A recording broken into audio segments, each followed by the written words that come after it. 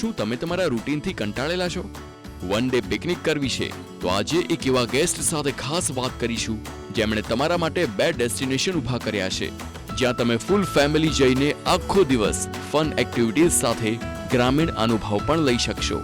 Emerging ગુજરાતમાં આજે વાત કરીશું કેમ્પ ડિલી અને કેમ્પ યુનિટીના ઓનર અનુજભાઈ પટેલ સાથે.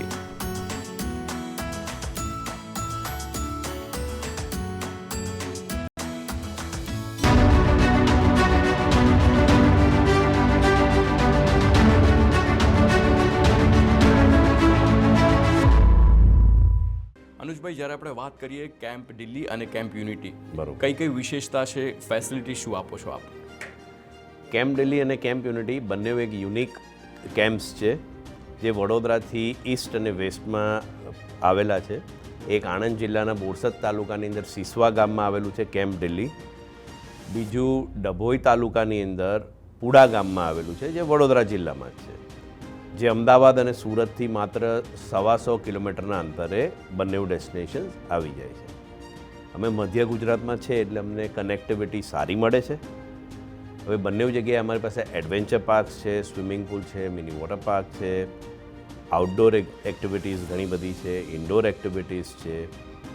ત્યાં એકદમ સ્વાદિષ્ટ અને સાત્વિક જમવાનું અમે આપીએ છીએ 4 ટાઈમ, અને એવી અનેક પ્રવૃત્તિઓ કરાવીએ છીએ જે આપણે ડે ટુ ડે સિટી લાઈફમાં કરી શકતા નથી, જેવી કે પોટરી છે, ટ્રેક્ટર રાઇડ છે, કેમલ કાર્ટ રાઇડ છે. પછી ઘણી એવી બધી ફેમિલી ગેમ્સ હોય જે આપણે અહીંયા શક્ય નથી હોતી કે આપણે માણી શકતા નથી. અમારી પાસે ત્યાં આગળ ઘણી બધી રૂમ્સ છે, કોટેજીસ છે, ટેન્ટ્સ છે, જેની અંદર એક ફેમિલી સાથે રહી શકે છે. અમારામાં એવું છે કે we don't provide TVs in the room. હવે એનાથી શું થાય છે કે જે ફેમિલી સાથે હોય તો એ પોતાના ટીવી જ જોઈને ટાઈમ સ્પેન્ડ ના કરે ને બારે આ બધા એક સાથે બેસીને કેમ્પ ફાયર કરીએ. જો ઓવરનાઇટ જે સ્ટે કરતા હોય એ બધાને કેમ્પ ફાયરનો આનંદ માણી શકે છે.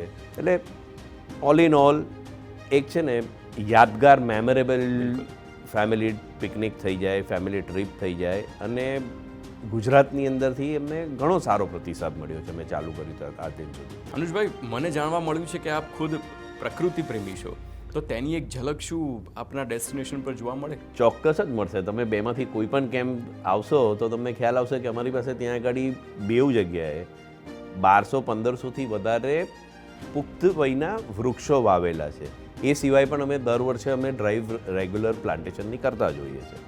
રાઈટ? અચ્છા. એટલે lot of nature there, lot of birds, we have cows, horse, બધું આપણે ત્યાં કેમ્પ પર છે જ, જે આપણે ક્યારેક આમ ડે ટુ ડે લાઈફમાં અહીંયા ના માણી શકતા હોય. તમે ત્યાં કાઉ ફીડિંગ કરાવી શકો, હોર્સ રાઇડ કરી શકો, ટ્રેક્ટર રાઇડ કરી શકો. એટલે બધા ડક્સ છે, હેન્સ છે, તો એ બધાની વચ્ચે મજા આવે અને એક અલગ અહેસાસ થાય ત્યાં આગળ. અચ્છા અનુજભાઈ, આવા ઘણા કેમ્પ્સ છે કે જે છે ને અમદાવાદ અને વડોદરા જેવા સિટીઝના આઉટસ્કર્ટ્સમાં આવા બનેલા છે કેમ્પ્સ. પણ આપણે કેમ્પ ડિલી અને યુનિટીની વાત કરીએ તો તેની વિશેષતા શું છે કે અત્યાર સુધીમાં 10 લાખથી વધારે લોકો આપને ત્યાં મુલાકાત લીધેલી છે? અમે આપીએ છીએ તો એક્સપિરિયન્શિયલ એક્સપિરિયન્સ છે. એ તો તમે આવીને માણશો એટલે તમને ખ્યાલ આવશે કે શું છે, તો વિશેષતા શું છે. અમારો બી પ્રેમ છે, બરાબર. અમારા ઇન્ટરેસ્ટ છે અમને, આ તો અમારો પેશનથી અમે આ પ્રોફેશનમાં આવ્યા છે. It is not about only earning, right. We are creating so much employment, local employment આપણે જનરેટ કરી શક્યા છે. એટલા બધાને સ્કિલ આપી શક્યા છે લોકલ છોકરાઓને લઈને. હવે અંતરિયાળ ગામડાઓની અંદર અમે જ્યારે આ કરેલું ત્યારે કોઈ અહીંયા આવશે એવો પ્રશ્નાર્થ હતો, જેને અમે અત્યારે તો સફળ રહ્યા છે કે લોકોને સમજાવી શકીએ છીએ. શહેરી લોકો આવીને ગામ સુધી આવે છે, ગામની ઝલક લે છે, ગામનો અનુભવ લે છે. અને ગામની અંદર બી એક માહોલ ઊભું થયું છે કે ઇનડાયરેક્ટ એમ્પ્લોયમેન્ટ ઘણું બધું જનરેટ થઈ શક્યું છે. ડાયરેક્ટ તો અમે કરીએ જ છીએ, એ સિવાય ઇનડાયરેક્ટ પણ ઘણું બધું થઈ શકે. એક પર પર્સનના રેટ્સ કેવી રીતના હોય છે આપને?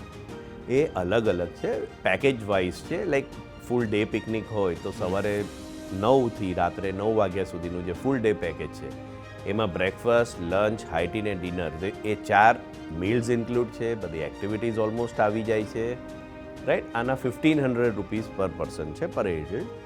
5 વર્ષના બાળકો, 5ની નીચેના બાળકો બધા કોમ્પ્લિમેન્ટરી હોય છે ગ્રુપ જોડે, અને બાકી એની ઉપર તો 5 થી 10 વર્ષ માટે 70% ચાર્જ લેતા હોઈએ છીએ. 750થી લઈને 1500 રૂપીઝ સુધી પર ડેનું પેકેજીસ છે. Okay. જેની અંદર ટાઈમિંગ પ્રમાણે છે, મેં તમને કીધું એ પ્રમાણે 9 થી 9નું જે ફૂલ ડે પેકેજ છે એ 1500નું છે, 9 to 5 છે એ 1250નું છે, 11 to 9 છે એ 1350 રૂપીઝનું છે, અને 4 to 9 છે એ 750નું છે. એમાં હાઈ ટી ડિનર આવે.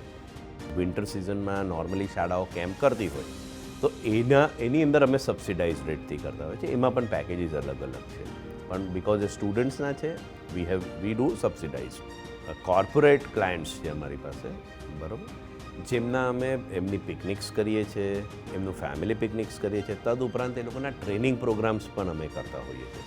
હવે ટ્રેનિંગ પ્રોગ્રામ્સ જ્યારે હું વાત કરું ત્યારે we specialised in outdoor training programmes, and we have dedicated instruments and staff to conduct such kind of trainings.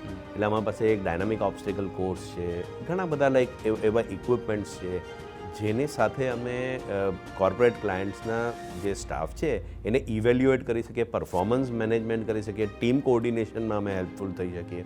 એટલે we work with lot of corporates and the HRs, right. અને હમણાં જે અમે અત્યાર સુધીમાં કરેલા છે 100થી વધારે ક્લાયન્ટ્સ અમે આની અંદર હેન્ડલ કરેલા છે, અને અમારું જે ફીડબેક અમને મળ્યું છે એ ઘણું સારું છે કે અમારા ટ્રેન કર્યા પછી ત્યાં પરફોર્મન્સ પણ અપ્રેસ થયેલા છે.